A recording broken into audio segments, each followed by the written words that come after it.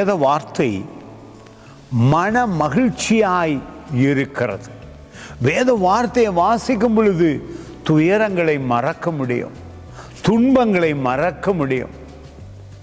பொருளாதார நெருக்கடிகளை மறந்து அவருடைய வார்த்தையில மகிழ்ச்சியாய் இருக்கும் பொழுது, அதை தியானிக்கும் பொழுது நீங்கள் ஸ்தோத்திரத்தோடு கூட நன்றி சொல்லிக்கொண்டு வேத வார்த்தையில் இருக்கிற அதிசயங்களை, செங்கடல் அற்புதமாய் பிரிந்ததே, எதிரிகள் மூழ்கி போனார்களே, அதில் தேவ பிள்ளைகள் பாதுகாப்பாய் சென்றார்களே, எவ்வளவு அதிசயங்கள் வேத வார்த்தையில் இருக்கிறது.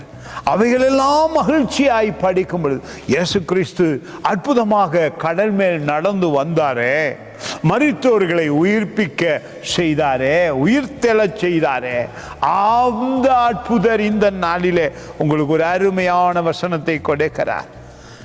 சங்கீதம் 119:92 வசனம், உங்கள் மகிழ்ச்சி வேறு ஒன்றுமல்ல, பூமியில் இருக்கிற பொருட்கள் மேலும் பணத்தின் மேலும் மனிதர்கள் மேலும் அல்ல, வேதத்தின் மேல் மகிழ்ச்சியாயிருங்கள்.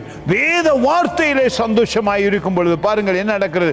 உமது வேதம் என் மன மகிழ்ச்சியாய் இராது இருந்தால் என் துக்கத்திலே அழிந்து போயிருப்பேன்.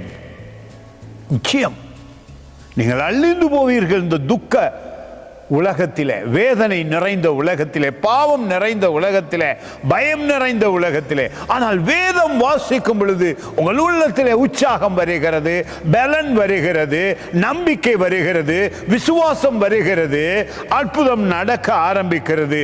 அழிவுக்கு பலத்த முறையிலே தப்புவிக்கப்படுகிறீர்கள். God bless you.